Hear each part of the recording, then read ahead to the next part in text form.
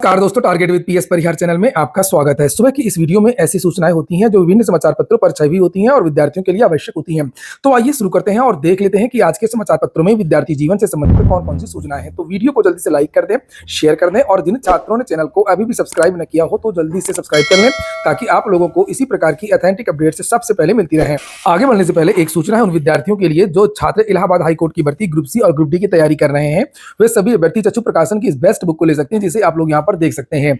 और यहाँ पर इलाहाबाद हाईकोर्ट का जो सिलेबस है, चाहे वो हिंदी हो, समान सटीकता हो, यानी कि रीजनिंग हो, अंग्रेजी हो या गणित हो, सारा का सारा सिलेबस इस पुस्तक में कवर किया गया है। और ये पुस्तक सभी भर्तियों के लिए है, चाहे वो स्टेनोग्राफर हो, जूनियर असिस्टेंट हो, पेड अप्रेंटिस ड्राइवर हो, ट्यूबवेल ऑपरेटर कम टेक्नीशियन हो या प्रोसेस सर्वर हो।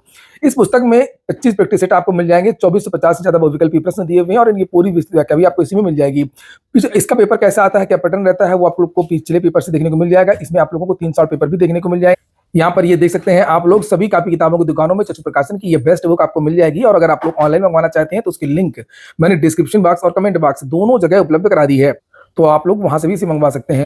चलिए शुरू करते हैं, बात कर लेते हैं सबसे पहले पीसीएस आरओ एआरओ एग्जाम की। और यहाँ पर सबसे पहली जो सूचना है कि अब इन 4 टेलीग्राम चैनल्स पर भी एफआईआर, कुछ लोगों की गिरफ्तारियां हुई थी, कुछ छात्र जेल गए थे और यहाँ पर 4 टेलीग्राम चैनल्स पर भी एफआईआर की गई है। ये देख सकते हैं आप लोग 4 टेलीग्राम चैनलों पर केस। और लिखा है उत्तर प्रदेश लोक सेवा आयोग पर पीसीएस और आरओ एआरओ की परीक्षाओं को एक दिन में कराने की मांग को लेकर के प्रतियोगी छात्र छात्राओं के आंदोलन के मामले में पुलिस ने कार्रवाई की है।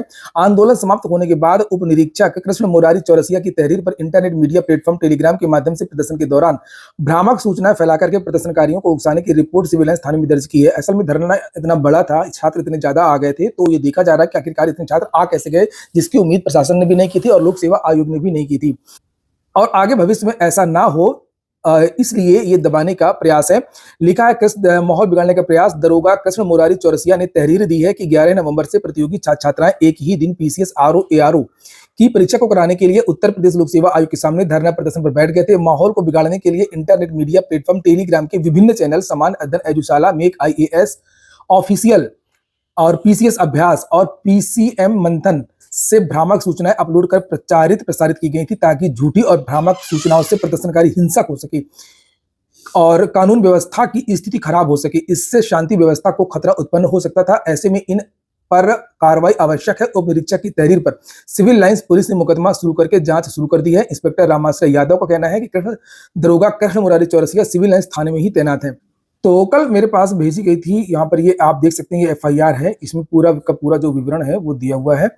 और यहाँ से आप लोग देख सकते हैं कि कौन कौन सी धाराएं लगाई गई हैं। एक सेकेंड, ये देखिए आप लोग, यहाँ पर ये पहले चैनल देख लीजिए, टेलीग्राम चैनल पीसीएस अभ्यास, एक ये है Telegram channel Edushala, Telegram channel make IAS official, Telegram channel PCS Manthan. तो ये 4 टेलीग्राम चैनल हैं जिसके खिलाफ एफआईआर हुई है। और यहाँ पर जो धारा लगी है वो भारतीय न्याय संहिता, ये बीएनएस की धारा 318(4) और आईटी की 66, ये 2 धाराएं लगी हैं। ऐसे तो कम से कम 100 चैनल होंगे जिनके द्वारा धरना प्रदर्शन के बारे में जानकारी दी जा रही थी। और पीसीएस को लेकर के और भी सूचना है। एक बात और बता दूं कि आरओ एआरओ एग्जाम को लेकर के फिर से अफवाहों का दौर शुरू हो गया है कि जनवरी में परीक्षा होगी, दिसंबर के लास्ट में ही परीक्षा होगी। अभी ऐसा कुछ नहीं है। आरओ एआरओ एग्जाम को लेकर के कोई भी चीजें निर्धारित नहीं है। कोई भी जब चीजें स्पष्ट हो जाएंगी तो मेरे चैनल के द्वारा आप लोगों को ऑफिशियल ऑथेंटिक सही जानकारी प्रदान की जाएगी। आप लोग केवल पीसीएस एग्जाम में लगिए, पीसीएस की तैयारी करिए, जिसकी डेट आ गई है। और अभी आरओ एआरओ एग्जाम डेट के बारे में कुछ भी निर्धारित नहीं है। अभी कमेटी की रिपोर्ट आएगी और उसके बाद में फिर इस पर चीजें होंगी कि ये परीक्षा अब कब होगी। नीचे यहाँ पर लिखा कि यूपीपीएससी केंद्र निर्धारण से बड़ी चुनौती होगी, प्रश्न पत्रों की सुरक्षा, केंद्र पर ताला के साथ कोड लॉक वाले बॉक्स में भेजे जाएंगे प्रश्न पत्र। ये तो बहुत पहले भी इसके बारे में जानकारी दी गई थी कि अब पेपर किस तरीके का हो। बस ये है कि एक दिन में अगर परीक्षा करवानी है तो 1758 केंद्रों की जरूरत है, ये एक चुनौती है, जबकि आयोग को अभी तक 978 केंद्र ही मिले हैं। तो अभी इसका जो दायरा है वो बढ़ाया गया है। लिखा है कि 10 किलोमीटर वाला क्राइटेरिया अब थोड़ा सा ग्रामीण क्षेत्र के स्कूलों में भी जो सरकारी और एडेड विद्यालय हैं उनको परीक्षा केंद्र बनाया जाएगा। नई गाइडलाइन के अनुसार अब प्रश्न पत्र डबल लॉक वाले बॉक्स ट्रंक में रखे जाएंगे और इसमें से एक तो ताला होगा और दूसरा लॉक कोड आधारित होगा। परीक्षा से चंद मिनट पहले आयोग की ओर से एक कोड बताया जाएगा और तभी ये बॉक्स खुलेगा। यह प्रक्रिया हर सेंटर पर अपनानी होगी। ऐसे में केंद्रों का दायरा बढ़ने के साथ इस सिक्योरिटी लॉक को टूटने से बचाने की भी चुनौती होगी। इसके अलावा दूर दराज के दूर दराज के क्षेत्रों में केंद्र होने पर इन बॉक्सों को सुरक्षित पहुंचाने की भी चुनौती होगी। इतना ही नहीं, नए मानक के अनुसार हर केंद्र में मजिस्ट्रेट की तैनाती करनी होगी, यानी कि एक साथ इतने अफसरों की ड्यूटी लगानी होगी। वहीं पर लिखा हुआ है कि पेपर छापने के लिए, पहुंचाने के लिए, हर चीज के लिए केवल 36 दिन का समय बचा है आयोग की। वहीं पर विद्यार्थी मांग कर रहे हैं आरओ एआरओ परीक्षा की भी। लिखा है आरओ एआरओ प्रारंभिक परीक्षा भी एक शिफ्ट में कराने की मांग अब भी जारी है। हरेंद्र यादव व अन्य छात्रों ने एक दिन परीक्षा कराने की मांग की है। उनका कहना है कि इस पर जल्द निर्णय नहीं हुआ तो फिर आंदोलन होगा। पार्षदों की बैठक में भी पीसीएस की तरह आरओ एआरओ प्रारंभिक परीक्षा एक दिन में कराने की मांग की गई है। बैठक में शिव सेवक सिंह, आनंद गिल्डियाल आदि मौजूद रहे। अगली जो सूचना है वो यूपी ट्रिपल एससी की है। यूपी ट्रिपल एससी ने कल देर शाम को एक नोटिस जारी की थी पुरानी भर्ती की। यहाँ पर लिखा है, ये देखिए, विज्ञापन संख्या 18/5/2016, विज्ञापित दुग्ध आयुक्त दुग्धशाला विभाग उत्तर प्रदेश लखनऊ के नियंत्रणाधीन राजकीय दुग्ध पर्यवेक्षक के 62 पदों के सापेक्ष शॉर्ट लिस्टिंग की कार्रवाई के उपरांत साक्षात्कार के लिए कुल 723 औबंधिक रूप से अभ्यर्थियों के जो साक्षात्कार हो 18 नवंबर से लेकर के 27 नवंबर तक आयोजित किए जाने के संबंध में तो वो 5 नवंबर 2024 को प्रकाशित की गई थी। तो 2016 की ये पुरानी भर्ती है और एक नोटिस इन छात्रों के लिए जारी की गई थी 5 नवंबर को। ये बताया गया था कि इस भर्ती के जो साक्षात्कार हैं वो 18 से 27 के बीच में होने हैं और उसकी एक कट ऑफ भी बताई गई थी और साथ में ये भी बताया गया था कि इस कट ऑफ के अंतर्गत जो भी छात्र हों वो विद्यार्थी वहां पर आकर के सूचित करें, अपने जो भी प्रमाण पत्र हैं वो सब उपलब्ध करा सकते हैं। तो उनकी ये सूची जारी की गई है। इन विद्यार्थियों को मौका दिया गया है और उनके प्रार्थना पत्र पर विचार किया गया है और ये जो कट ऑफ है वो यहाँ पर ये जारी की गई है, जिससे आप यहाँ पर ये देख सकते हैं। इन विद्यार्थियों को बुलाया गया है साक्षात्कार के लिए 27 नवंबर को। यहाँ पर देख सकते हैं द्वितीय पाली में ये लिखा हुआ है। उक्त 34 अभ्यर्थियों को निर्देशित किया जाता है कि वे अपने समस्त शैक्षिक अर्हता संबंधी अभिलेखों की मूल प्रति के साथ राजकीय दुग्ध पर्यवेक्षक पद हेतु निर्धारित साक्षात्कार दिनांक 27 नवंबर 2024 की द्वितीय पाली में आयोजित होने वाले साक्षात्कार हेतु उपस्थित होना सुनिश्चित करें। और अब हम बात कर लेते हैं लोअर भर्ती की। तो बहुत सारे विद्यार्थी एक मांग कर रहे हैं कि लोअर की जो वैकेंसी है वो आने वाली है। इसको लेकर के सोशल मीडिया के माध्यम से भी जानकारी दी गई थी, मेरे चैनल के द्वारा भी जानकारी दी गई थी और 25 अक्टूबर को जो धरना प्रदर्शन हुआ था वहां पर जो विद्यार्थियों को अंदर बुलाया गया था तो सचिव जी ने भी इसके बारे में जानकारी दी थी और ये कहा था कि हम दिसंबर लास्ट में इसका विज्ञापन जारी कर देंगे या अगर पहले दियाचन कुछ और पदों का आ गया तो भी हम उसके पहले भी विज्ञापन जारी कर सकते हैं। और इसी को लेकर के विद्यार्थियों की चिंता है। जो नए विद्यार्थी हैं वो ये मांग कर रहे हैं कि पीईटी 2024 से ये लोअर की भर्ती आए। पिछली बार ऐसी कोई चर्चा नहीं थी, बहुत कम विद्यार्थियों ने पीटी में आवेदन किया था। पीटी 2023 में बहुत सारे विद्यार्थी चूक गए हैं। बहुत सारी जो भर्तियां इस बीच में निकली हैं, हालांकि इस बीच में ज्यादातर स्पेशल भर्तियां ही निकली हैं। तो विद्यार्थी ये मांग कर रहे हैं कि पीईटी 2024 का भी विज्ञापन निकाला जाए और उससे लोअर की भर्ती आए। तो ये आप लोग बताइए कि आप लोग क्या चाहते हैं कि पीटी 2023 से ही आए या पीईटी 2024 करवाया जाए और उसके बाद में इसका जो विज्ञापन है लोअर का वो जारी होना चाहिए।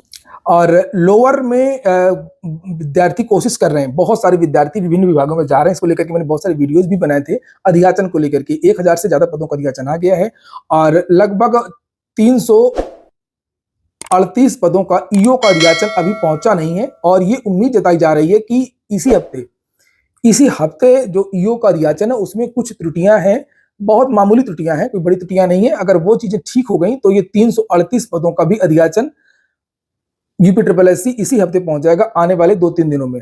और अगर ये भी पद पहुंच जाते हैं तो आपकी भर्ती जो लोअर की है उसमें पदों की संख्या लगभग 1500 के आसपास हो सकती है। यूपी ट्रिपल एससी में कल एक मीटिंग भी थी नए भर्तियों के विज्ञापन को लेकर के और आप लोगों की अब नई भर्तियों के विज्ञापन भी शुरू होंगे। काफी दिन से नई भर्तियों के विज्ञापन नहीं शुरू हुए हैं। पुरानी भर्तियां जो है उनके रिजल्ट, साक्षात्कार कार्यक्रम इत्यादि की जो नोटिस है वही जारी हुई हैं। हालांकि पिछले दिनों महिला स्वास्थ्य कार्यकर्ता के लिए आवेदन जरूर लिए गए थे। चूंकि चर्चा ये चल रही है कि जो सूत्रों के हवाले से जानकारी मिल रही है कि पीईटी 2023 की जो वैलिडिटी है वो एक बार फिर से यूपी ट्रिपल एससी आगे बढ़ा सकता है लगभग 3 महीने के लिए और इससे विभिन्न भर्तियों के जो विज्ञापन है वो अभी पीईटी 2023 से ही निकलेंगे। इसी को लेकर के बहुत सारे जो छात्र है वो मैसेज कर रहे हैं, फोन भी कर रहे हैं कि सर पीईटी 2024 होना चाहिए। और लोअर की भर्ती फिलहाल जल्द आने की तैयारी है। लिखा, महाकुंभ के कारण यूपी बोर्ड परीक्षा अब मार्च में होगी। संगम तट पर लगने वाले महाकुंभ का असर यूपी बोर्ड की वर्ष 2025 की हाई स्कूल और इंटरमीडिएट की परीक्षा के आयोजन पर भी पड़ेगा। महाकुंभ पर मुख्यमंत्री का विशेष फोकस है तथा देश विदेश में इसका प्रचार प्रसार भी किया जा रहा है। इसलिए यूपी बोर्ड इस बार महाकुंभ के बाद परीक्षा के आयोजन की तैयारी कर रहा है। कल पूरे दिन जो विधानसभा की भर्ती हुई थी उसको लेकर के ये जो दैनिक भास्कर की जो न्यूज है और इंडियन एक्सप्रेस की जो न्यूज है वो पूरे दिन वायरल होती रही कि किसके कितने रिश्तेदारों का चयन इस भर्ती में हुआ था। 2021 या 21 में शायद ये भर्ती कंप्लीट हुई थी। और लिखा 15 आरओ, 27 एआरओ के पद, 38 पर नेताओं और अधिकारियों के रिश्तेदार। पूर्व विधानसभा स्पीकर हृदय नारायण दीक्षित के पीआरओ और उनके भाई का चयन किस पर हुआ था? स्पेशल एग्जीक्यूटिव ऑफिसर के पद पर हुआ था। संसदीय का खुद अंदर बात इन लोगों ने कर लिया था। संसदीय कार्य विभाग के प्रमुख सचिव जयप्रकाश सिंह का बेटा और बेटी दोनों आरओ बना दिए गए थे विधानसभा में। विधानसभा के प्रमुख सचिव प्रदीप दुबे चचेरे भाइयों के 3 बेटे और ममेरे भाई का 1 बेटा आरओ एआरओ। विधान परिषद के प्रमुख सचिव राजेश सिंह का बेटा आरओ। पूर्व मंत्री महेंद्र सिंह का भतीजा एआरओ। उप लोकायुक्त और विधि विभाग के पूर्व प्रमुख सचिव दिनेश कुमार सिंह का बेटा आरओ। अखिलेश यादव और सीएम योगी के पूर्व ओएसडी अजय कुमार सिंह का बेटा आरओ। विधान परिषद के अतिरिक्त निजी सचिव धर्मेंद्र सिंह का बेटा और भाई। आप लोग बस पढ़ते रहिए, नौकरी कोई और लेगा। मुख्यमंत्री अखिलेश यादव के करीबी जैनेन्द्र, देखिए भाजपा और सपा दोनों के लोगों को चयन हुआ है। पिस्ता गरीब आदमी है, यहाँ पर राजनीति की बात नहीं हो रही है। इसके पहले भी अखिलेश यादव के कार्यकाल में जो भर्ती हुई थी ना 15 में, याद कर लीजिए, घोटाला उसमें भी हुआ था। ये सब अपने ही लोगों को भर लेते हैं। ऐसा नहीं है कि इनके अपने परिवार में छात्रों की कमी है, इनके अपने परिवार रिश्तेदार में ही इतने लोग मिल जाते हैं। तो वो आप लोग जैसे कार्यकर्ता है किसी किसी पार्टी के, तो जो पक्ष लेते हैं, तो आप लोगों को चयन कैसे हो पाएगा? राभव के मालिक राम प्रवेश यादव की पत्नी आरओ। बताइए, ये परीक्षा एजेंसी की पत्नी ही आरओ। टीएसआर डाटा प्रोसेसिंग के डायरेक्टर रामवीर, इसकी तो बहुत बड़ी जांच होनी चाहिए और जितने भी लोग हैं बहुत बड़ी कार्रवाई होनी चाहिए। लेकिन ये भारत है और यहाँ पर ऐसा नहीं है। और शायद यही कारण है कि जो मैंने कल भी बताया था कि जो विपक्ष है वो बात नहीं उठा रहा, विपक्ष साइलेंट है और विद्यार्थी दर दर के ठोकरें खा रहे हैं। छात्र धरना प्रदर्शन आंदोलन करते हैं, कोर्ट कचहरी में पैसे खर्च करते हैं, समय खर्च करते हैं। और ये जो मुकदमा जो कोर्ट ने जो ये डाटा है, इस पर जो आश्चर्य व्यक्त किया है, चौंक गई है कोर्ट ये सब देख करके। तो और इस पर कुछ नहीं बोल रहा विपक्ष। आप खुद सोचिए, विपक्ष बोल क्यों नहीं रहा है? भाई सब मिले रहते हैं, सब लोग मिले रहते हैं। हालांकि प्रयागराज और बहुत सारे जो पुराने छात्र हैं वो जानते हैं, उन्होंने इस भर्ती के लिए आवेदन ही नहीं किया था, विधानसभा की भर्ती के लिए। वो जानते हैं कि यहाँ पर पढ़ने वालों का नहीं होता, सेटिंग वालों का होता है। आज के वीडियो में इतना ही। आप लोगों से कहा नहीं था तो आप लोगों ने लाइक नहीं किया होगा, मुझे पता है। बिना के आप लोग लाइक कभी नहीं करते हैं, तो वीडियो को लाइक कर दें। फिर से याद दिला दूं, पूरा वीडियो सुनने के लिए बहुत बहुत धन्यवाद।